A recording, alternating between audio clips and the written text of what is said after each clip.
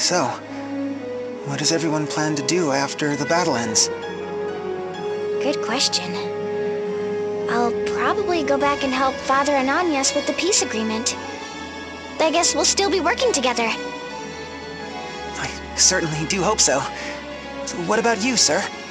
I'll probably just head back to Norende and, live the slow life there. I sure hope so. Last time you said that, you went and collapsed. Scared us half to death. Sorry about that. And, Magnolia? Are you still planning to go? Back to the moon, that is. Yes, it is my home after all. I have to help my people get their lives back together. Yes. Of course. What about you? Well, first I've got to work on reforming the Crystal Guard. And, the rest is, private. All right, back to business, everyone. There's no time for chit-chat. This is...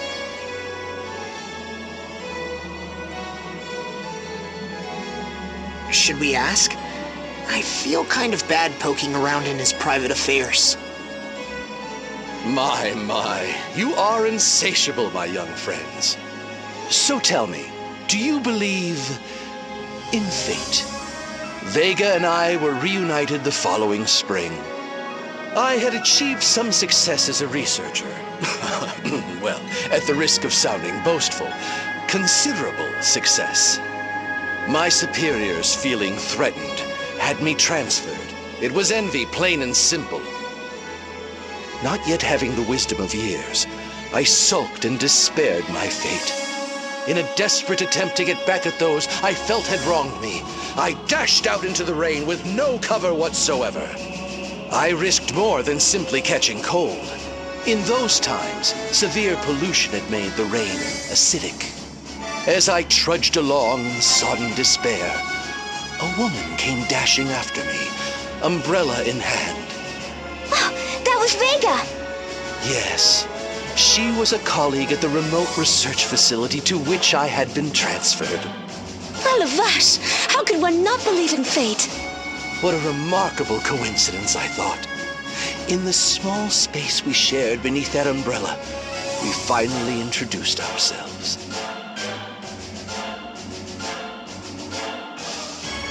But wait, how curious. If the memory of that ski lift became a ball, that means... Vega, my dearest, you remembered as well. I guess it really was fate, huh?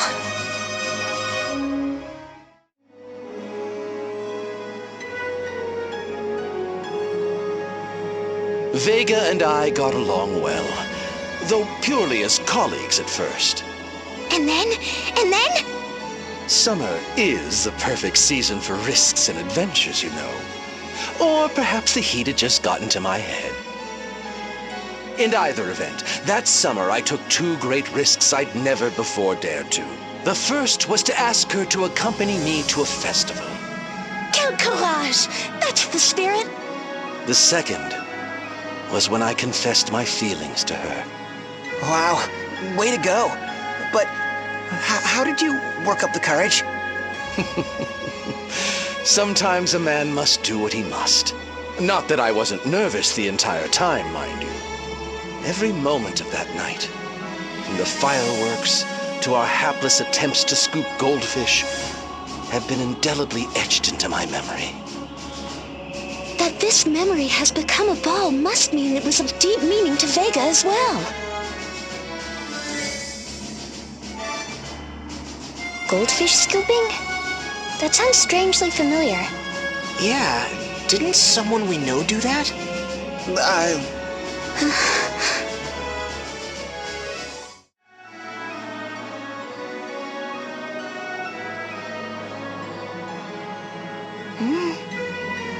This memory seems different from the others. And with good reason. It wasn't all love and romance, after all. Vega and I may have grown closer, but we were still colleagues, working in the same lab on the same research team. That sounds complicated. You'll recall that my being sent there was a demotion. We were given neither the funds nor tools to carry out meaningful work. But dreams are the ultimate motivator, and so Vega and I poured ourselves into our research. She believed in my hypothesis and did whatever she could to contribute to my vision. She snuck into the archives to retrieve data I could not, and contributed creative ideas and solutions whenever I hit a dead end. In the end, my experiments succeeded, and my hypothesis became an accepted theory. That was when I first felt it.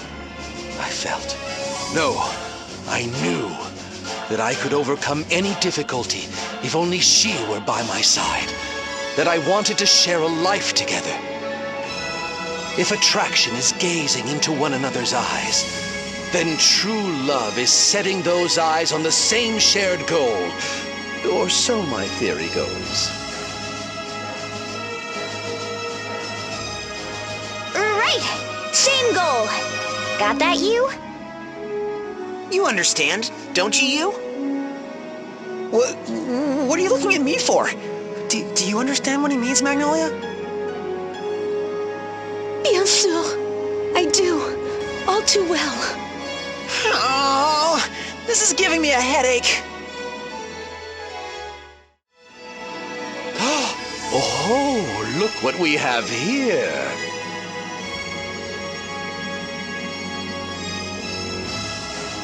Once again, I have good news and bad. Which would you like to hear first? The bad news, and make it quick. You're quite the anxious type, aren't you, Idia? We'll have none of that. I shall start with the good news. Why'd you even bother? Murder girl. It was a very special night. A holy night, one might say. I reserved a most lavish dinner for the occasion. It was that night that I finally did it. I proposed to her. Naturellement! She must have been so happy. How did you ask? There was no dithering about. I just came out and said the words, "Will you marry me?" She cried. Cried in joy, of course. It was the happiest moment of my life. But that's wonderful. So wait, what's the bad news? Though we were now engaged to be married, I could not afford to buy a wedding ring. I was receiving fair wages for my work, but I poured the lion's share right back into my research. She told me not to worry, that my love was enough, but still, it ate away at me. Shortly after, we held a small ceremony and became husband and wife. I eventually saved up for a ring, which I gave to her the day before I left for Luxembourg. I didn't appreciate it at the time because of those worries, but in light of all that came afterward, it was a happy time for us. After that, you and Vega were forced apart. Quite so. In the end, I never saw her again. But do not cry for me. My life was far from a sad one. After all, I lived my life to the fullest, working toward the goals I had set for myself. I lived my own life, and no one else's. You must all live your own lives as well. Have courage. Be brave enough to default on the expectations of others.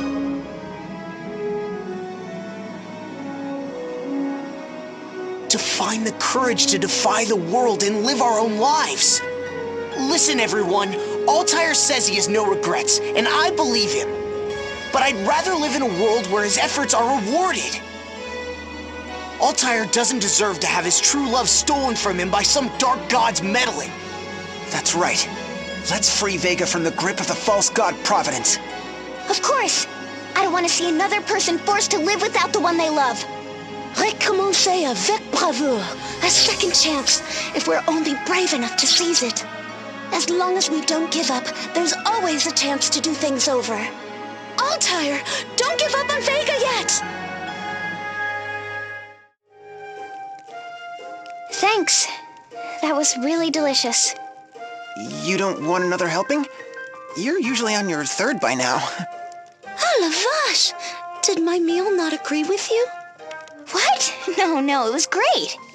Your here comes another schnitzel was the best, really. Pork schnitzel on top of veal, on chicken, on boar, on venison, on rabbit, all in one dish. What's not to like? Right, especially when they're coated with fresh breadcrumbs and deep fried to a perfect golden brown. Magnolia, it's amazing how far you've come. I take my hat off to you. Leaving aside how she passed you ages ago, what gives? Something's up. I made all these extras, too, for your seconds and thirds. It's just that... All right, fine. The thing is, I'm trying to eat healthier. I can't be the only one who's been feeling it. The stress, I mean. I'm constantly on edge, and my hands keep shaking for no reason. It's about to happen. For real. You mean the battle to come. Are you that worried about it?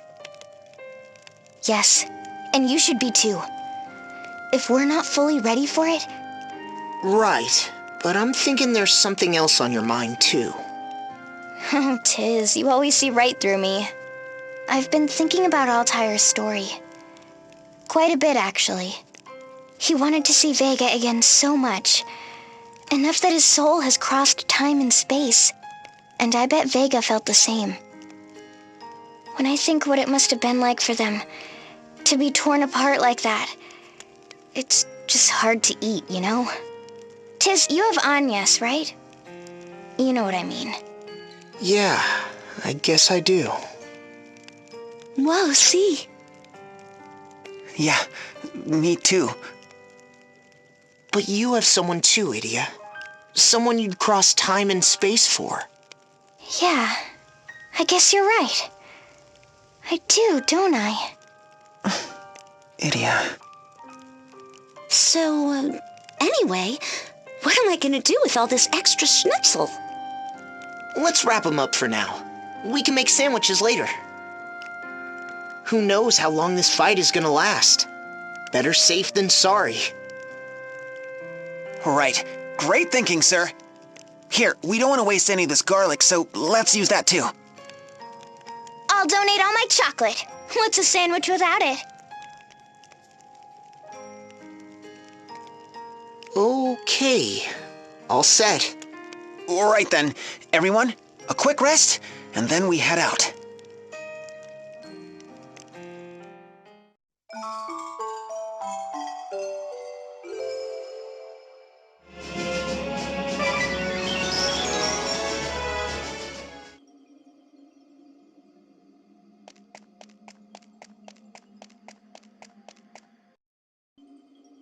Altair, you finally came. Vega? Is that you, Vega? It's me. I've waited to see you. I waited, and I waited. I waited lifetimes for you to come back to me. Forgive me. Vega! Where were you? All those years. Didn't you know what I was going through? Left here, waiting for you. I know, Vega. I'm sorry. Why, Altair? Why did you leave me? Why didn't you come back for me? What do you mean, Vega? The day you left, they lied to me. The place where I was supposed to meet you. It was a trap. They killed me. What? Why didn't you protect me? Why didn't you keep me safe? Ah!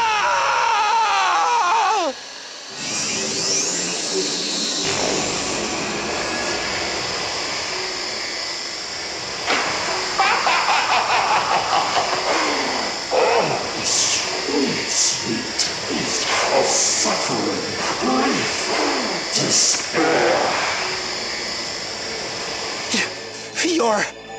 I am Providence, the one you would call a false god.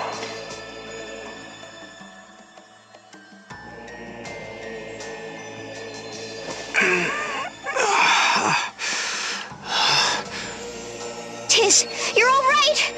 Stay strong! Providence! What's this about Vega being killed? Would it be such a shock? Let us just say it might as well be the truth. Yes, I assure you, that woman would have preferred a quick and merciful death to what she was left with. Leaving her in that dying world to live out the rest of her life in pain and anguish. How her despair tickled my palate like the finest of delicacies. I've never tasted anything so exquisite.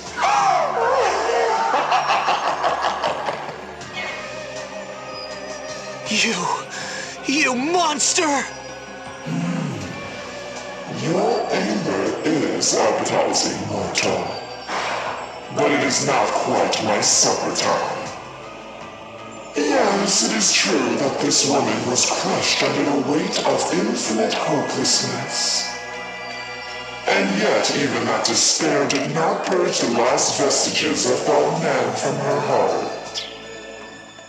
This confounding love for the man who had forsaken her. Her sickly sweet memories. That revolting hope that they might meet again.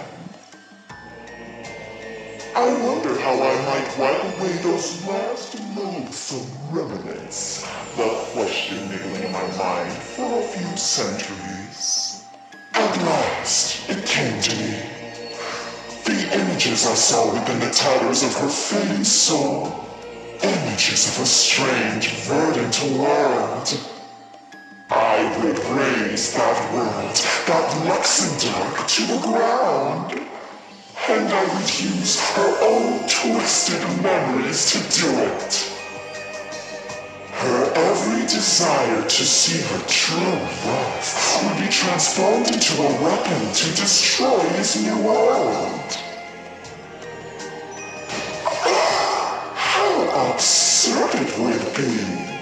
How pointlessly and deliciously tragic. Her guilt fueled even greater despair, and given me strength.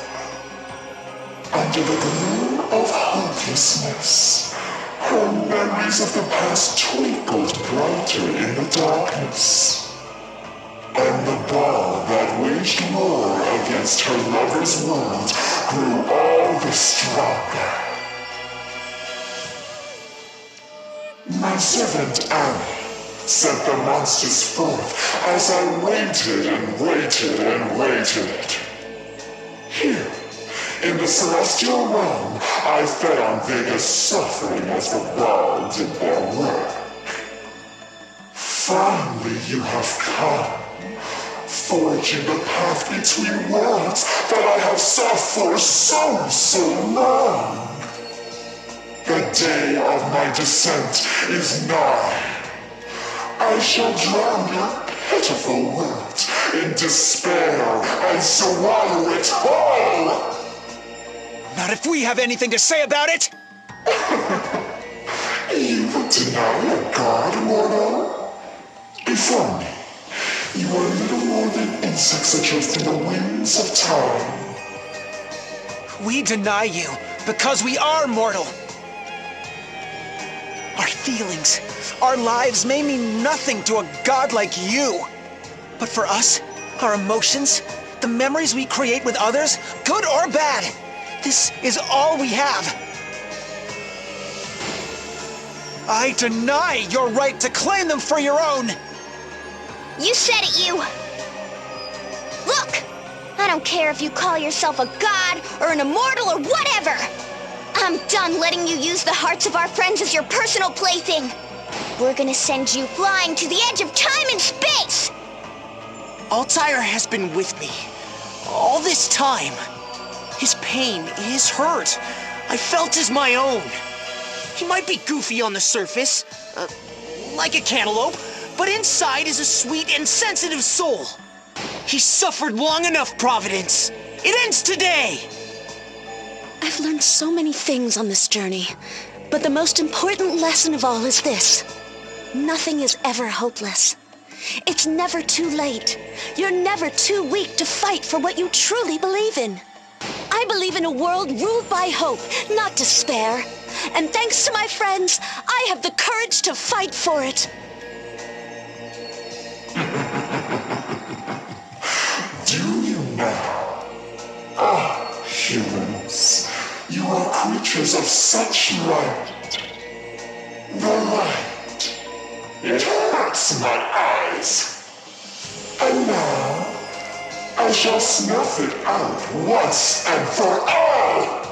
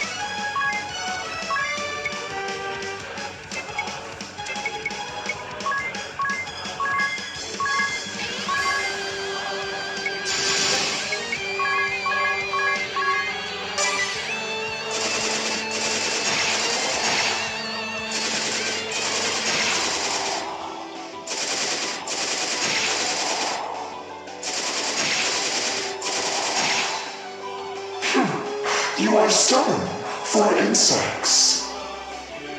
But your resistance means nothing.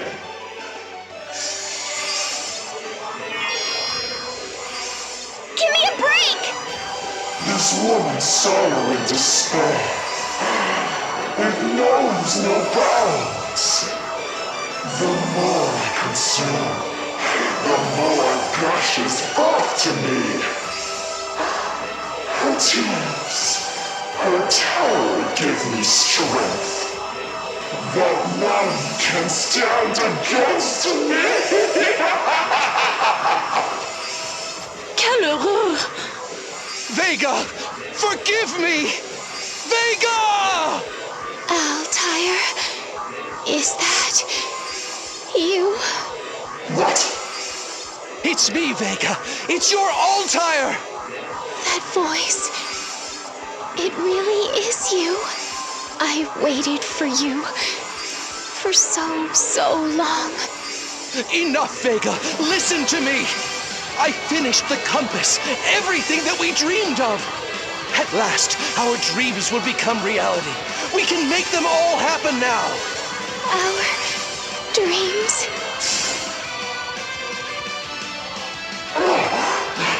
The sixth stage of hope? I can feel her, trying to resist my control even now. The soul that expired ages, eons ago. Vega's fighting against the false god's control! Now, this is our chance! Insolent humans. Do you think I need that woman to destroy you? Suffer. I will relish relish the sweet, sweet taste of your despair.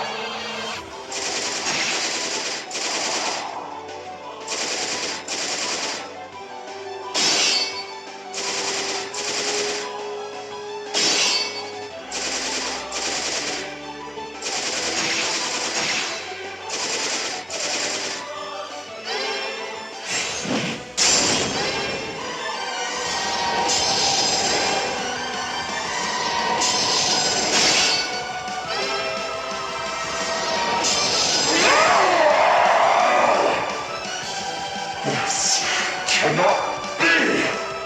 I fall to mere insects?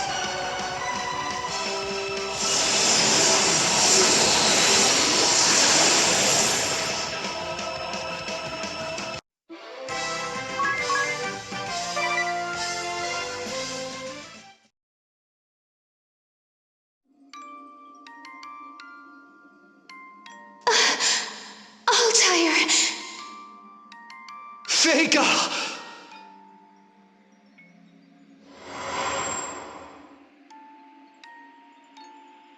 We are reunited at last, and we shall never part again. Never again. Oh, Altair, how I've missed you so. It's time, Altair. Go on and find happiness together. We will, Tiz. My young friends, thank you. Quelle joyeuse journée! Reunited at last, after the heavens only know how long. And now, some parting advice from me to you. Keep your hearts like chamomile. Chamomile? Oh, silly Altair, trying to pass along those green proverbs to these kids. Chamomile is said to grow best and strongest when trodden on, you see. That's why it represents energy and adversity in the language of flowers. So it does. And now you know my last little secret. I always hated eating vegetables. So Vega came up with these green proverbs to help me see their worth.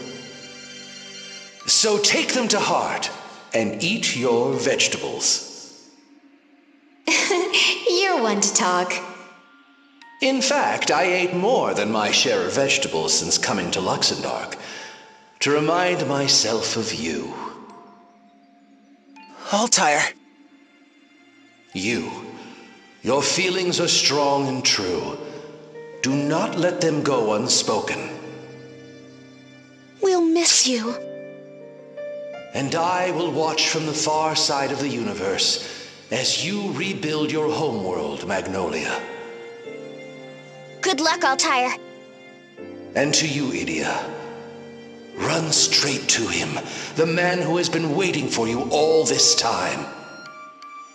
may the two of you find true happiness. And you as well, Tiz. And with that, my friends, like the leaves of an artichoke, I fear we must part. Paths meet and diverge, but life carries on. Go in friendship, and bonne chance.